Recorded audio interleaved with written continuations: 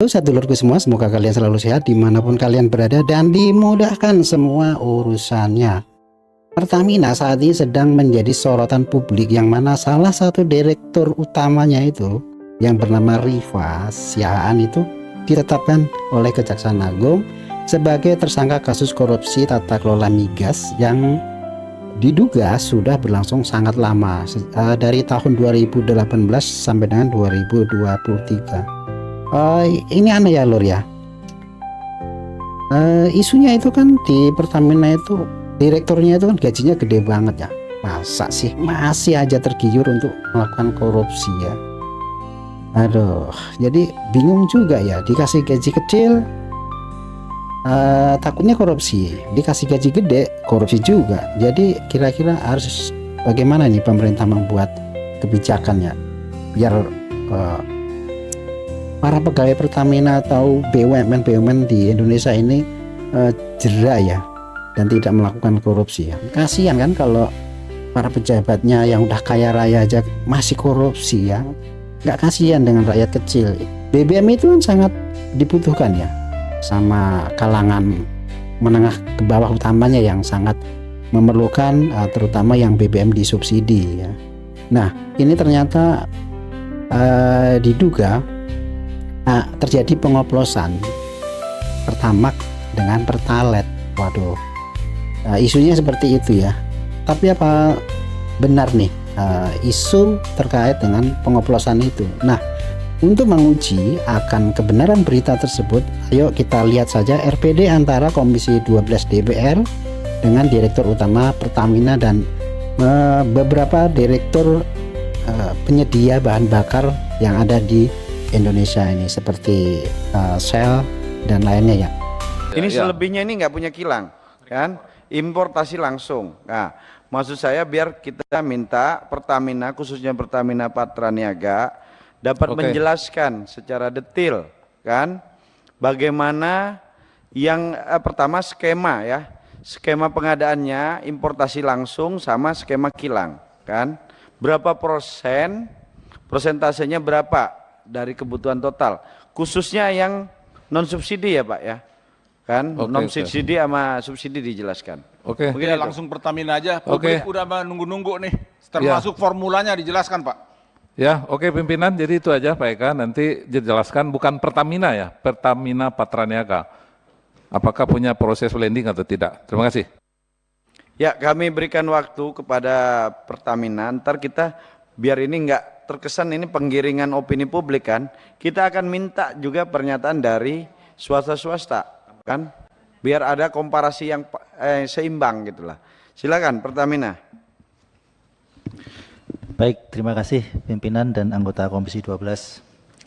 Pertama-tama kami ucapkan terima kasih atas dukungan kepada kami dari Pertamina Patraniaga dalam melayani masyarakat, dan kami secara prinsip mempunyai komitmen yang kuat untuk memberikan layanan terbaik pada masyarakat.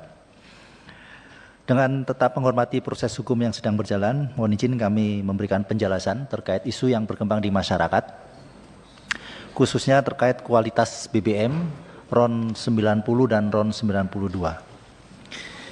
Jadi terkait skema penyediaan barang untuk produk gasolin. Produk ini kan gasoil dan gasolin. Saya izin menjelaskan yang gasolin dulu, karena ini isunya saat ini adalah gasolin. RON 90 dan RON 92. Dari Pertamina Patraniaga ada dua source, ada dua sumber. Satu sumber dari kilang Pertamina dalam negeri, yang kedua memang ada sumber yang pengadaan dari luar negeri. Kedua source ini untuk yang gasolin, baik 90 maupun 92, kita menerima itu sudah dalam bentuk RON 90.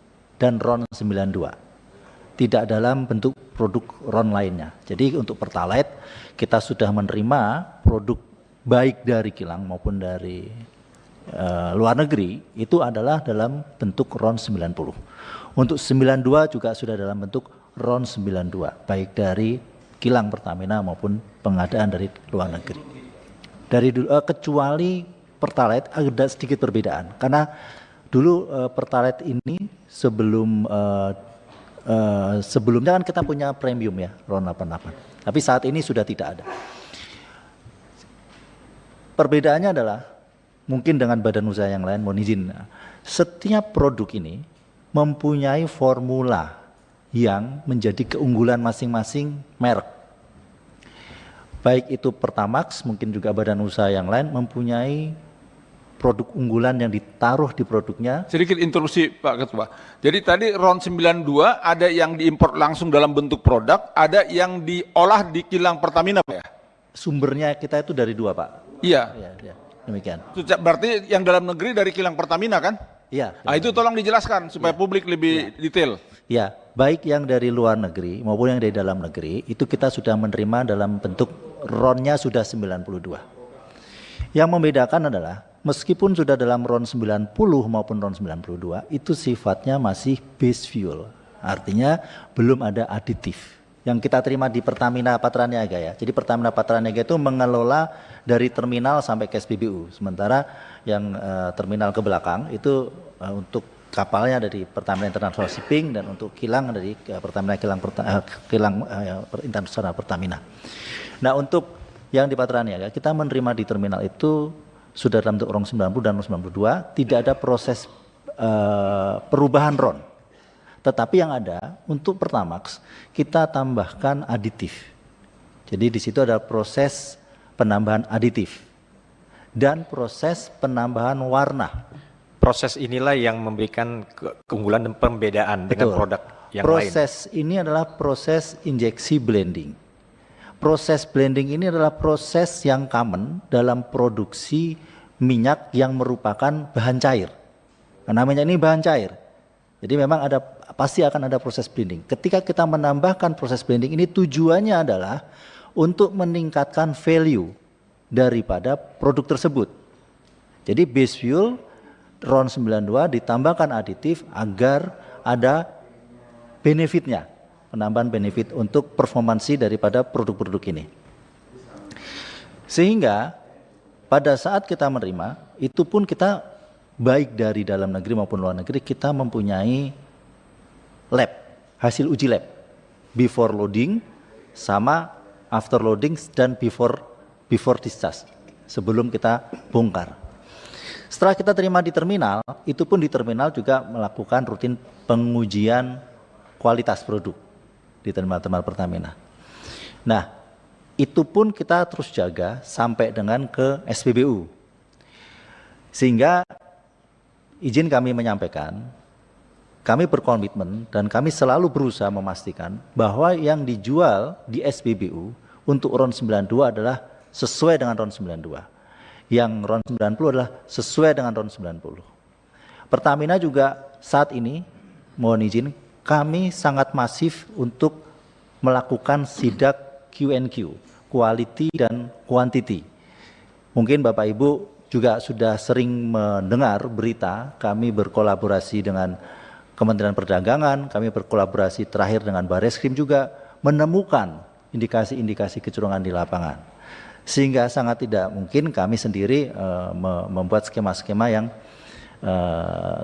merugikan masyarakat. Interupsi, tolong klarifikasi. Jadi yang mencampur editif dan warna itu yang melakukan Pertamina Patraniaga ya, bukan refinery ya? Bukan. Pertamina Patraniaga. Betul. Oh, makasih. Selanjutnya terkait spesifikasi.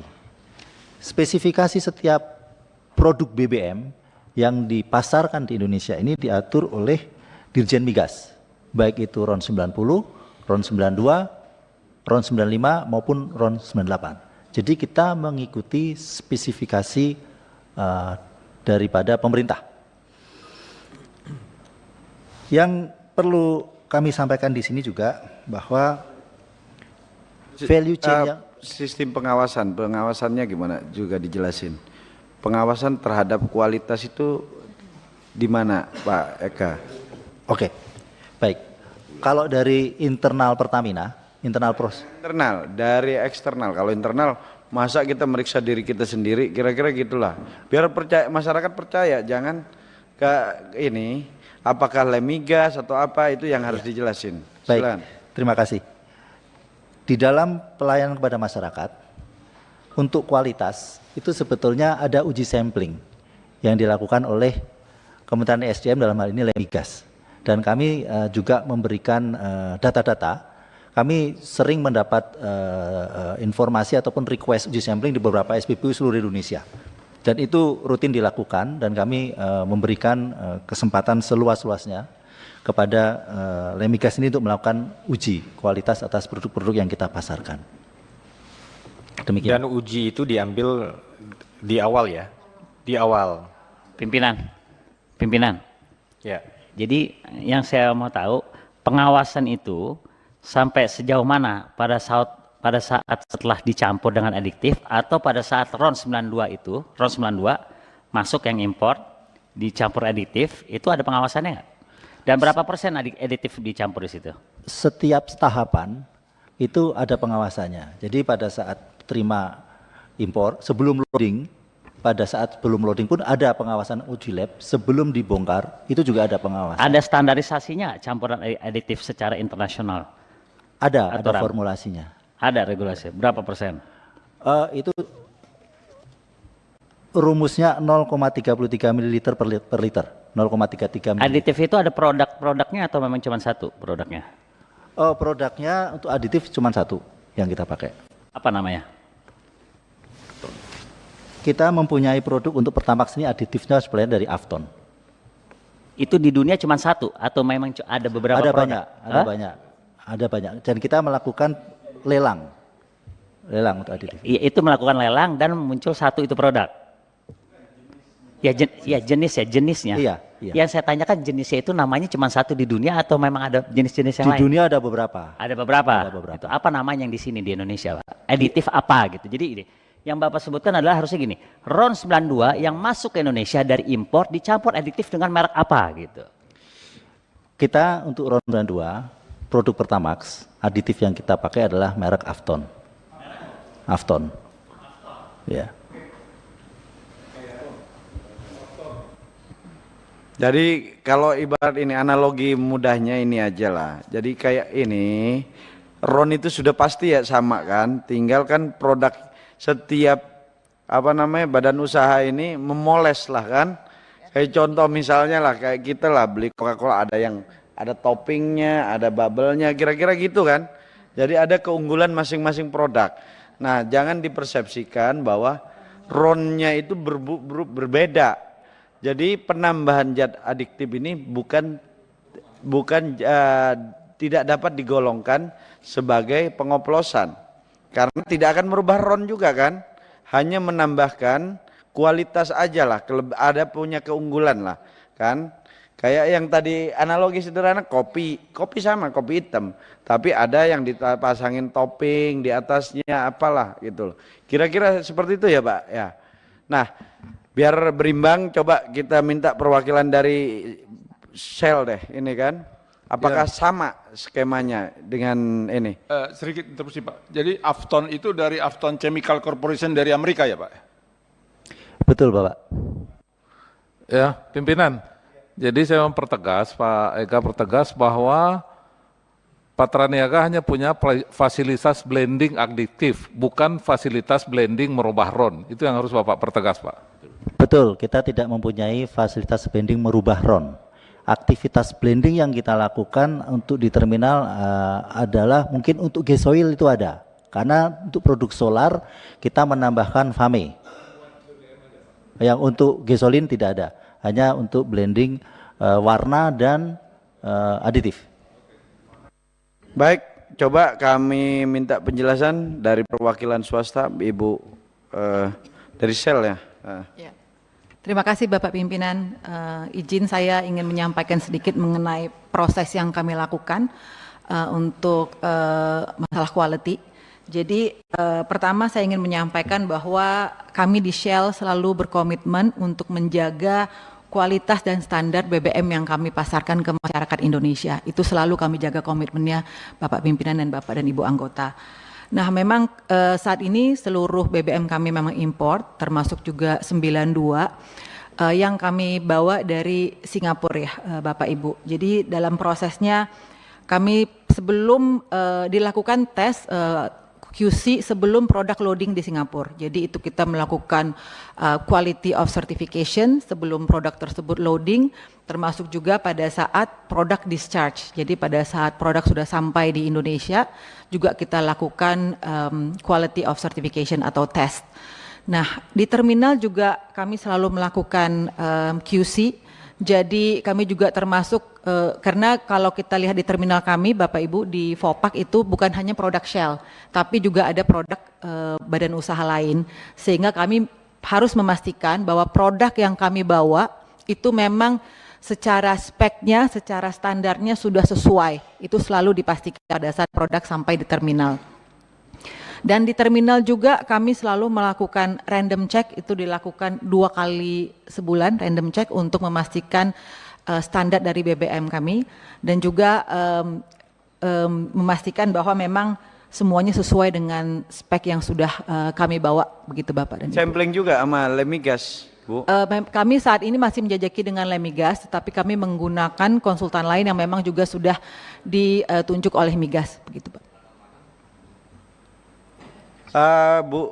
Bu siapa? Bu Ingrid. Ingrid, Pak. Ada skema kayak tadi Pertamina nggak? Ada penambahan zat adiktif? Oh iya. Ya jadi yang produk yang dibawa itu memang base fuel Pak. Jadi misalnya kita katakan RON 92 itu memang RON 92 base fuel. Nah itu kemudian kami tambahkan aditif di terminal kami. Seperti itu kira-kira Pak. Berarti sama ya antara ini ya. AKR sama juga kan? Kira-kira kan? Coba silakan. Pak, maaf izin untuk menjelaskan, kurang lebih proses kami sama Pak, tapi yang perlu kami tambahkan di sini juga kami percaya semua pemain tentunya punya komitmen untuk menjaga kualitas. Nah kalau dari sisi SPBU sendiri ada beberapa hal tambahan yang tentunya kami lakukan untuk menjamin kualitas yang kami hadirkan di Indonesia ini, terutama dari sisi BBM itu sesuai dengan spesifikasi dan regulasi dari pemerintah. Sekaligus juga menjaga standar BP internasional juga Pak. Jadi kalau boleh saya jelaskan, pada saat loading di Singapura itu sudah dilakukan satu pengecekan untuk memastikan RON tersebut sesuai dengan spesifikasi yang memang kami minta gitu ya. Sampai di Jakarta, discharge itu dicek lagi Pak. Dan kemudian secara rutin paling tidak 1 kuartal sekali itu kami melakukan pengujian juga dengan Lemigas gitu. Jadi di tahun 2024 secara aktual sudah kami lakukan 50 kali pengujian Pak untuk menjaga kualitas BBM yang kami jual di SPBU kami. Seperti itu Pak, terima kasih. Baik, jadi yang kita bisa simpulkan bahwa tidak mungkin ya antara RON 90 bisa lompat 92 itu nggak mungkin ya, betul nggak Bu Ingrid ya? Ada nggak, bisa ada dimungkinkan nggak dari RON 90 naik ke 92 dengan penambahan zat adiktif? Kalau seperti tadi ya saya yang sudah sampaikan Pak, mohon izin produk yang kami bawa itu memang sesuai dengan spesifikasi RON-nya, base fuel-nya. Nah proses di sini. Saya maksud itu apakah dimungkinkan dari 90 ditambah zat-zat khusus gitu kan bisa naik gitu kan? Zat aditif tersebut adalah untuk menambahkan value Pak. Jadi kan mungkin setiap badan usaha punya value keunggulan masing-masing. Jadi itulah tujuan dari zat aditif tersebut Pak. Gitu saya sampaikan. Ya tapi RON-nya tetap kan, oktannya itu tetap kan? Kalau dari Shell oktannya tetap Pak. Iya. Nah, maksudnya kan sama kan, biarpun ditambahkan zat adiktif atau apapun, dia tidak merubah RON kan? Kalau dari proses kami tidak akan merubah RON. Itu kalau dari Shell. Pak. Terima kasih. Mungkin interupsi, mungkin yang dimaksud saya lanjutkan pimpinan Bu. Maksud pimpinan ini bukan yang punya produk Ibu. Menurut pengetahuan Ibu, mungkin nggak RON 90 dengan peralatan tertentu, dengan fasilitas tertentu bisa berubah ditambah apa menjadi 92? Itu pertanyaannya. Kalau menurut pengetahuan saya Pak, seperti tadi saya sampaikan, zat aditif itu adalah untuk menambahkan value, bukan untuk merubah. Jadi Bu Ya, Ibu jawab tegas aja. Maksudnya itu berarti kan nggak bisa kan? Bu Shell Betul, secara Bu Shirley bisa dijawab. Bisa atau Bu Ingrid? Kalau dari Shell tidak bisa Pak, saya mungkin tidak bisa berbicara untuk badan usaha lain. Pimpinan. Izin pimpinan. Coba dari yang lain aja. Jadi gini Bu, Campuran bisa merubah RON, bisa lebih tinggi, bisa lebih rendah.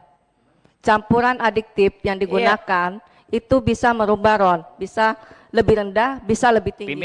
Pimpinan, pertanyaan sama, di rolling aja satu-satu yang jawab, gitu. Sebentar ya, saya pimpinan sidang. Kalau ini ntar saya minta keluar ntar. Jadi intinya gini, Ibu Ingrid menyatakan bahwa zat adiktif itu hanya menambah value kan, atau ibarat keunggulan tertentu dari jenis produk Ibu, tapi tidak merubah RON atau menaikkan bahkan menurunkan. Itu kan persepsi kita. Kita samakan dulu biar publik gak bingung kan. Berarti penambahan zat adiktif kepada satu jenis BBM tertentu, misalnya RON 90, itu kan kandungan oktan kan RON ini kan. Nah, itu tidak merubah kan, dia cuma punya keunggulan. Makanya tadi pakai analogi sederhana. Misalnya ini kopi sama, kopinya Shell, kopinya AKR, kopinya Pertamina. Cuma kelebihannya punya Shell mungkin ditambahin es krim apa kan, satunya ditambahin vanila, kira-kira gitulah. Kan itu kan, tapi intinya sama, tetap kopi. Tidak merubah dia menjadi cappuccino. Kan? Nah, ini yang harus kita gambarkan kepada publik bahwa RON tidak akan pernah bisa dirubah dengan pencampuran zat adiktif. Dia hanya menambah value terhadap jenis produk itu dari masing-masing badan usaha. Jadi kita sepakat itu ya bahwa ini pihak swasta ini. Jadi kalau kita hanya undang Pertamina aja, ntar dipikir kita nggak berimbang. Kalau sekarang berimbang. Shell menyatakan bahwa tidak mungkin ada bisa penambahan penaikan RON, gitu kan? Nah, ke AKR coba. Mohon izin Pak Pimpinan. Ya, mohon izin Pak Pimpinan. Jadi kalau dari Shell seperti tadi yang sudah saya sampaikan, karena kita aditif yang kita lakukan, yang kita blend itu adalah untuk menambah value. Mohon maaf saya mungkin tidak, karena kan kita tidak tahu ya aditif yang lain seperti apa. Jadi saya mungkin dalam hal ini tidak bisa berbicara untuk badan usaha lain. Terima kasih. Ya nggak apa-apa. Intinya kami sudah bisa tangkap, intinya sudah kita bisa tangkap bahwa RON itu adalah dasarnya dulu kan, base fuelnya dari sini dulu kan. Jadi terkait penambahan adiktif ini tidak bisa dikategorikan bahwa ini oplos, tapi ini penambahan value dari satu jenis produk. Nah, itu yang harus kita sepakati. Jadi biar publik tidak tersesat dalam isu yang tidak pas. Ingat loh, Pertamina ini punya 6.000 SPBU. Kalau mereka semua ini enggak kita pastikan, Pertamina bisa memastikan hanya mengklaim sendiri kan, publik gak ya ini yakin, sedangkan yang lain-lain masih sedikit kan, hanya 200, bahkan pasokannya tersendat. Bu Ingrid tersendat kan, AKR tersendat, makanya ntar kita akan panggil Dirjen Migas kenapa disendat-sendatin atau memang tersendat gitu kan, jangan sampai disendat-sendatin perizinannya kan, karena dulu-dulu kan nggak tersendat kan Bu, hanya beberapa waktu ini kan tersendat. Nah ini yang harus kita, mungkin karena kemarin nggak ada Dirjen Migasnya atau apa kan gitu loh. Nah Interupsi setengah menit, Pak Ketua mau tanya setengah menit bisa? Ya silakan Pak. Bu, secara teknikal nggak mungkin ya, kan aditif itu cost-nya tinggi. Kalaupun naik semaksimal mungkin dengan booster, oktan booster, itu hanya 1 poin naiknya. Padahal harga aditif sangat tinggi. Jadi secara teknikal dan ekonomi kan nggak mungkin. Terus berani menjelaskan dong secara ilmiahnya. Ya, jadi mohon maaf Pak, kebetulan memang saya tidak membawa tim teknis saya, jadi itu mungkin pertanyaan yang saya harus confirm ke tim teknis saya. Saya pikir sudah cukup intinya bahwa apa yang disampaikan Pertamina tadi bahwa RON tidak zat adiktif hanya penambahan value atau ada punya keunggulan tersendiri lah kan, masing-masing produk kan pasti punya keunggulan tersendiri. Betul ya, AKR sama ya? Betul Pak, untuk menambahkan tadi yang sudah Pak Ega jelaskan dan juga Ibu Ingrid, jadi sebenarnya kalau kita bicara base fuel itu kita bicara RON-nya. Kalau aditif itu sebenarnya adalah satu zat yang ditambahkan ke base fuel untuk memberikan manfaat lebih. Jadi kata kuncinya di sini adalah manfaat untuk engine-nya. Nah, tetapi manfaat yang ditawarkan masing-masing brand tentunya akan berbeda-beda, seperti itu Pak. Jadi memang diferensiasinya ada di aditif tersebut. Terima kasih. Oke ya, berarti clear ya. Berarti tidak ada itu isu RON oplosan karena jelas bahwa penambahan zat adiktif itu tidak merubah RON. Kan? Itu. Ini sepakat semua, baik dari swasta juga mengakui sama, pemerintah diwakili Pertamina. Jadi mudah-mudahan setelah rapat ini masyarakat bisa tenang, jangan termakan isu yang tanpa didalami atau dikaji lebih lanjut, kan? Jadi kita bisa pastikan pengawasannya melalui Lemigas juga sama, Shell juga diawasi Lemigas, AKR juga, Vivo juga, kan? Exxon sama? Sama Pak. Sama, Pertamina sama, pengawasnya sama. Saya pikir tidak mungkin ada perbedaan lah. Saya pikir itu ya. Jadi untuk itu mudah-mudahan setelah rapat ini publik bisa tercerahkan bahwa RON tidak yang dijual Pertamina adalah RON 90 Pertalite adalah Pertalite, RON 92 adalah Pertamax tetap dengan oktan 92 dan juga satu lagi Pertamax Turbo RON 98. Nah, itu. Jadi RON itu sama-sama kan? Antara yang punya Pertamina, punya, kalau di Shell apa Supercell ya, kalau nggak salah ya? Shell Super Pak. Nah, Shell Super yang 92, terus yang 9, saya kebetulan suka ganti-ganti, Bu. Ganti-ganti produk, karena buat nyoba, tapi semua bagus kok, kan? Mobil saya, Shell Super itu 92, terus Shell Power ya, V-Power. 95 Shell V-Power. 98 Shell V-Power Nitro, Pak. Nah, kalau AKR? Mohon maaf Pak, izin menjelaskan, kalau dari kami ada BP 92, RON-nya 92, kemudian ada BP Ultimate, itu RON 95, kemudian ada BP Ultimate Diesel dengan kandungan sitin 51 Pak, dan dengan sulfur yang ultra rendah 10 ppm. Berarti cuma untuk bensin cuma 2 ya? Betul Pak. Cuma 92 dan 95 ya? Betul Pak. Kalau ini Vivo? Kami produknya Revo namanya Pak. Jadi ada Revo 90 untuk oktan 90, Revo 92 untuk oktan 92, dan Revo 95 untuk oktan 95. Berarti yang agak mirip dengan Pertamina ini Vivo ya? Vivo ini punya Pertalite ya kan? Tapi harganya beda 3.000 kan? Kalau beli di Vivo 13.000, di Pertamina 10.000 ya. Ya. Kalau Exxon punya berapa jenis, Bu? Satu saja Pak, R92. Ya. 92.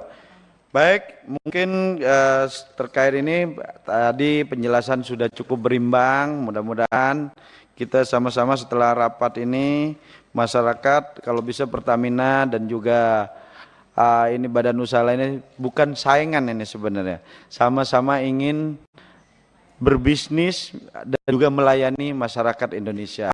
Itu tadi sekilas RPD yang dilakukan anggota Komisi 12 dengan stakeholder.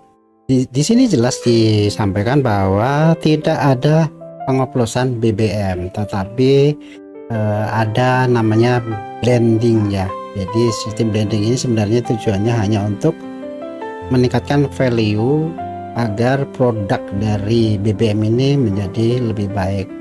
Jadi tidak benar kalau Pertamina melakukan oplosan dari produk RON 90 Pertalite menjadi produk RON 92 Pertamax ya. Jadi itu tidak benar.